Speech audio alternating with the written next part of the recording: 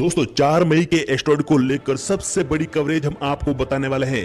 दोस्तों 4 मई के एस्ट्रॉयड को लेकर नासा की तरफ से एक ऐसा अपडेट आया है जिसने वैज्ञानिकों की नींद उड़ा रखी है और नासा के सेंट्री सिस्टम ने एक ऐसी खबर बताई है जिसे लेकर वैज्ञानिकों में हड़कंप मचा हुआ है। इस वक्त की सबसे बड़ी खबर है नासा के सेंट्री सिस्टम ने 4 मई को आने वाले एस्ट्रॉयड को लेकर 0.4% धरती की तरफ झुकाव दर्ज किया है और इस खबर ने वैज्ञानिकों की नींद उड़ा रखी है। दोस्तों आपको बता दें कि 4 मई को आने वाला एस्ट्रॉयड 9 किलोमीटर प्रति सेकंड की रफ्तार से हमारी धरती की तरफ बढ़ रहा है।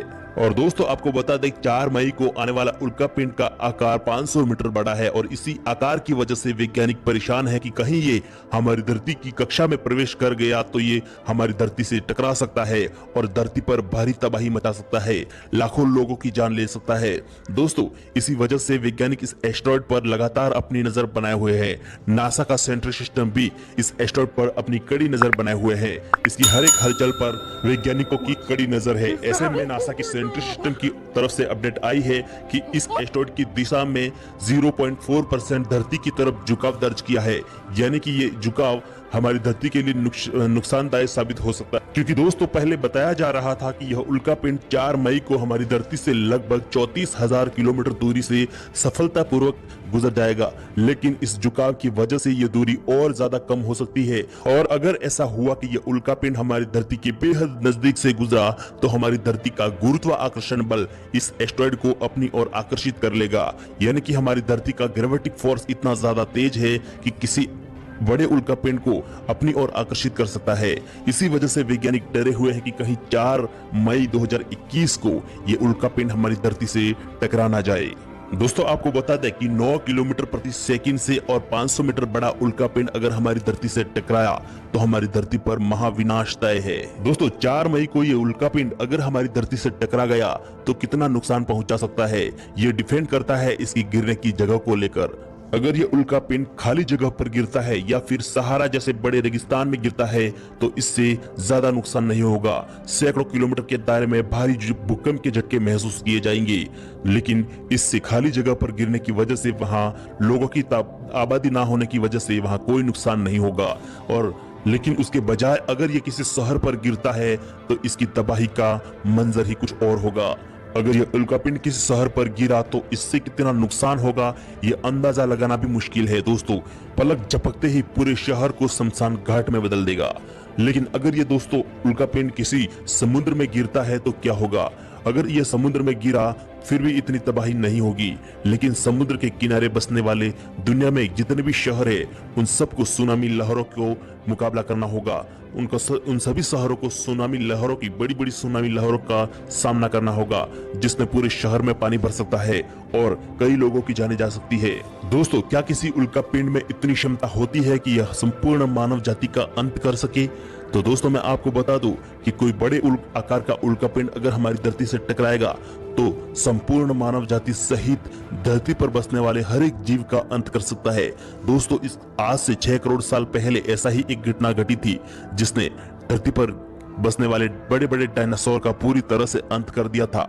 वैज्ञानिकों के अनुसार उस उल्कापिंड का आकार 11 किलोमीटर था और 20 किलोमीटर प्रति सेकंड की रफ्तार से धरती पर गिरा था, जिसने बड़े बड़े डायनासोर सहित धरती पर से संपूर्ण जीवन का नष्ट कर दिया था। लेकिन 4 मई को आने वाला उल्कापिंड हमारी धरती से टकराने वाला उल्कापिंड 500 मीटर बड़ा है, यानी ये आकार में इतना बड़ा नहीं है कि आज से जो 6 करोड़ साल पहले धरती पर से जीवन नष्ट किया था, लेकिन उस मुकाबले ये काफी छोटा है। लेकिन फिर भी अगर धरती पे टकराया तो भारी तबाही मचाएगा। दोस्तों उल्कापिंड को गिरने को लेकर आए दिन खबरें आती रहती हैं, लेकिन आकार में काफी छोटा होने की वजह से ये उल्कापिंड इतनी तबाही नहीं मचा सकती।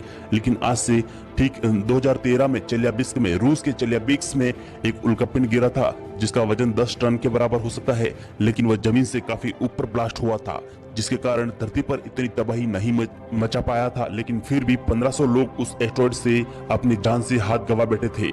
दोस्तों अगर आपके मन में सवाल है कि ये उल्कापिंड होते क्या हैं और कैसे हमारी धरती से टकराते हैं, तो आपको मैं बता दूं कि आज से 4.5 अरब साल पहले बिग बैंग के समय बिग बैंग ब्लास्ट हुआ था, तभी हमारे सौरमंडल का निर्माण हो रहा था।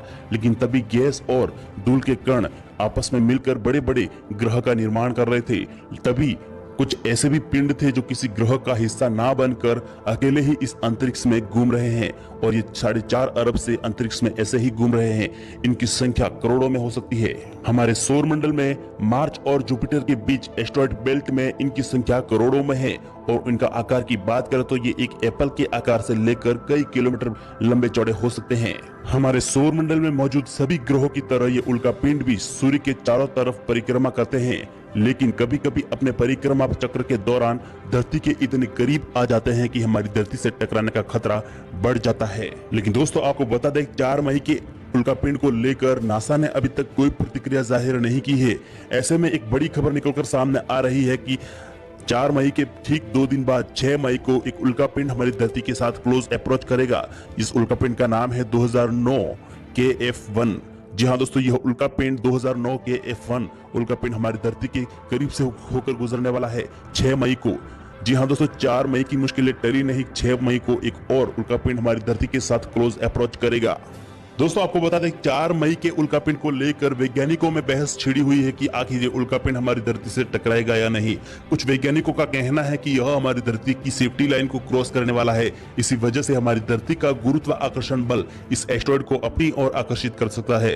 लेकिन ऐसे में कुछ वैज्ञानिकों का कहना है कि हमारी धरती से यह लगभग 34,000 किलोमीटर दूरी से गुजर जाएगा और सफलतापूर्वक गुजर जाएगा। इससे हमारी धरती को कोई नुकसान नहीं है। लेकिन ऐसे में नासा का कोई प्रतिक्रिया इस एस्टेरॉयड को लेकर सामने नहीं आया है। 2021 AF8 नाम के इस एस्टेरॉयड को लेकर इसरो की तरफ से एक छोटा सा अपडेट जरूर आया है। इसरो के मुताबिक अगर ये उल्कापिंड हमारी धरती से टकराया तो ये म्यांमार के पहाड़ी इलाकों में गिर सकता है।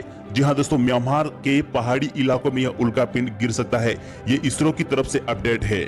ये उल्कापिंड हमारी धरती से टकराएगा या नहीं, इससे लेकर कोई पक्की जानकारी अभी तक किसी भी स्पेस एजेंसियों ने या फिर बड़ी बड़ी स्पेस एजेंसियों ने इस एस्टेरॉयड को लेकर पक्की जानकारी कोई जाहिर नहीं की है। इस एस्टेरॉयड को लेकर कोई भी अलर्ट जारी नहीं किया है। इसी वजह से इस एस्टेरॉयड के बारे में ज्यादा कुछ कहा नहीं जा सकता। लेकिन जिस तरह से सोशल मीडिया पर इस एस्टेरॉयड को लेकर खबरें वायरल हो रही है कि 4 मई हमारी धरती का अंत का दिन हो सकता है और ये उल्कापिंड हमारी धरती का अंत कर सकता है। ये 4 मई को यह उल्कापिंड हमारी धरती से टकरा जाएगा। इसी तरह की खबरें वायरल हो रही हैं। लेकिन इस एस्टेरॉयड के बारे में पक्की जानकारी अभी तक कोई बड़ी बड़ी स्पेस एजेंसियों ने इस एस्टेरॉयड को लेकर कोई प्रतिक्रिया जाहिर नहीं की है।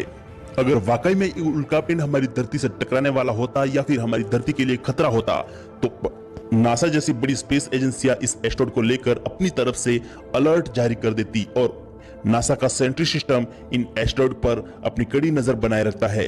लेकिन ऐसा कुछ भी नहीं है, इसलिए इस एस्टेरॉयड को लेकर चिंता करने की जरूरत नहीं है, क्योंकि नासा और इसरो जैसी बड़ी स्पेस एजेंसियों ने इस एस्टेरॉयड को लेकर अभी तक अलर्ट जारी नहीं किया है और कुछ भी कहा नहीं गया है। दोस्तों अंतरिक्ष और धरती की तरफ आने वाले खतरों से अपडेट पाने के लिए हमारे चैनल को अभी सब्सक्राइब करके बेल आइकन को प्रेस जरूर कर दे। मिलते हैं एक नए वीडियो में।